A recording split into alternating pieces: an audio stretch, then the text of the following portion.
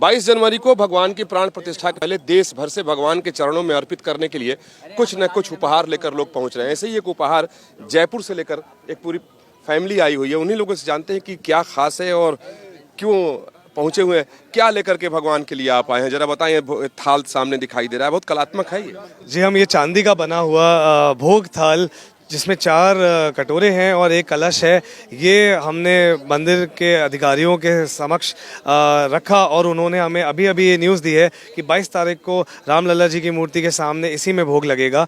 अगर आप को मैं शॉर्ट में समझाऊं कि क्या हमने इसमें बनाया है, तो gold 24 carat gold plated base के ऊपर श्री हनुमान जी बैठे हैं और उन्होंने इस थाल को उठाया हुआ है जिसमें हमने 15 श्लोक सुंदरकांड के 35वें सर्गे के लिखे हैं, जिसमें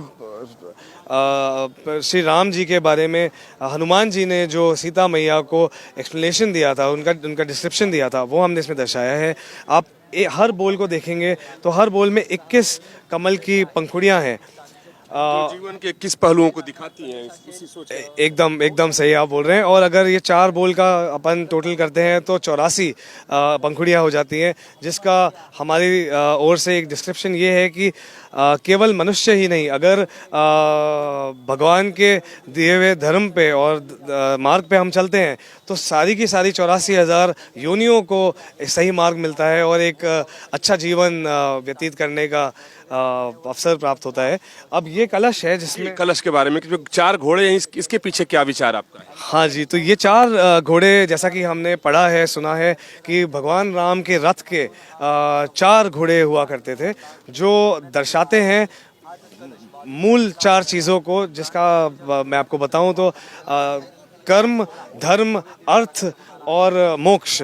जो भगवान राम के ज़रिए हमने सीखा है कि इन चारों चीज़ों को परम रखें अपनी ज़िंदगी में और हर कर्म करने से पहले ये बातें याद रखें। इन 4 घोड़ों ने उठाया हुआ है कलश, जिसमें हमने 9 आकृतियाँ यहाँ पे एम्बॉस करी हैं, जिसमें से आप देखेंगे ये सूर्य देव है, ये पंखी है, ये कोदंड धनुष है, ये स्वास्तिक है, ये पंखी है, ये ध्वज है और ये भगवान राम का राम तिलक है, ये ओम है और ये शंख है।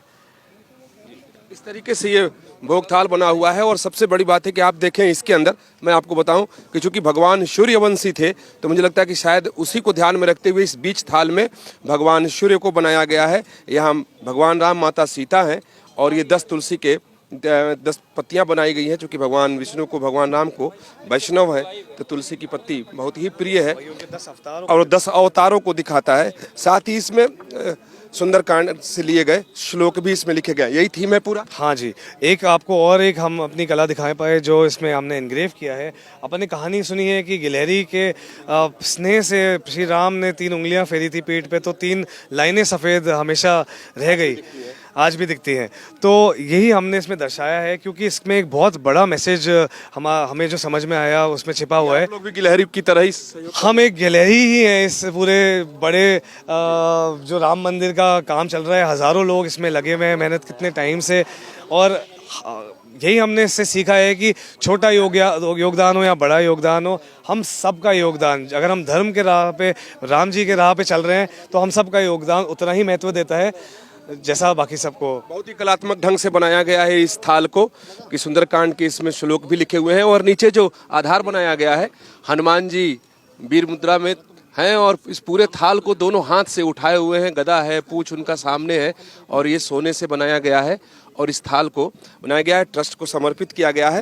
और जैसा इन्होंने इस तरह की जानकारी दी कि इसी थाल में भगवान को 22 तारीख को भोग लगेगा, तो इसी तरीके से भगवान के लिए तमाम उपहार अयोध्या पहुंच रहे हैं और ट्रस्ट ऑफिस में उसको स्वीकार भी किया जा रहा है।